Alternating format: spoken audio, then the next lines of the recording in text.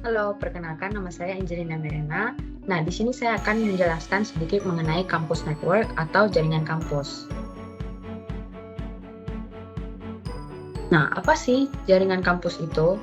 Nah, jaringan kampus adalah gabungan dari beberapa LAN yang cakupannya lebih besar dan luas karena dapat menjangkau beberapa gedung yang ada pada wilayah tertentu. Nah, berbeda dengan jaringan rumah yang sederhana. Jaringan kampus itu lebih kompleks untuk dapat melayani lebih banyak perangkat dan dapat menyediakan layanan jaringan yang berkecepatan tinggi. Apa sih yang membedakan jaringan kampus dengan jaringan rumah? Nah, yang pertama itu dari network scale atau skala dari jaringan itu.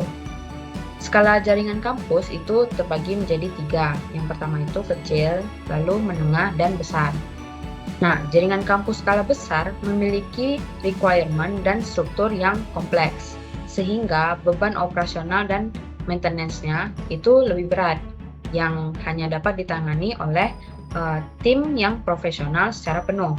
Sedangkan jaringan kampus kecil atau menengah itu lebih simpel dan dibatasi anggarannya, dan tidak memerlukan tim profesional. Yang kedua, yaitu service targets atau target layanan, di mana ada jaringan kampus yang tertutup dan membatasi, yang hanya mengizinkan pengguna internal atau karyawan saja. Nah, sedangkan jaringan kampus terbuka itu bertujuan untuk melayani publik, untuk akses yang lebih nyaman dan efektif. Yang ketiga, itu dukungan layanan. Jaringan kampus dengan single service memiliki struktur yang sederhana dan biasanya itu digunakan oleh perusahaan kecil dan menengah. Kemudian jaringan kampus dengan multi services memiliki arsitektur yang kompleks dan tervirtualisasi juga agar dapat memfasilitasi penggunaan Ethernet yang mendukung banyak layanan.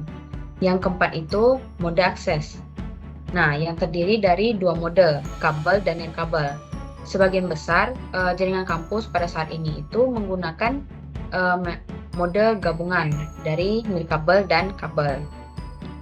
Yang kelima, yaitu atribut industri, dengan tujuan untuk mengembangkan solusi jaringan kampus yang harus beradaptasi dengan lingkungan yang mereka layani. Nah, bagaimana sih perkembangan dari jaringan kampus? Yang pertama, yaitu generasi pertama, saat menggunakan koneksi Ethernet yang lebih hemat biaya dan mudah. Lalu, generasi kedua, yaitu saat penemuan WWW yang membutuhkan bandwidth yang cukup, yang dimana tidak dapat disediakan pada jaringan yang berbasis router pada generasi pertama. Maka dikembangkan pada layer 3 dengan kinerja yang lebih tinggi dan baik dengan biaya yang lebih rendah. Kemudian generasi ketiga yaitu multi-service converged support. Nah, jaringan kampus itu akan terus berkembang dan membuat peningkatan sebagai transformasi digital di mana dia akan mencakup semua industri. Sekian penjelasan yang dapat saya sampaikan. Terlebih dan terkurang saya mohon maaf dan terima kasih.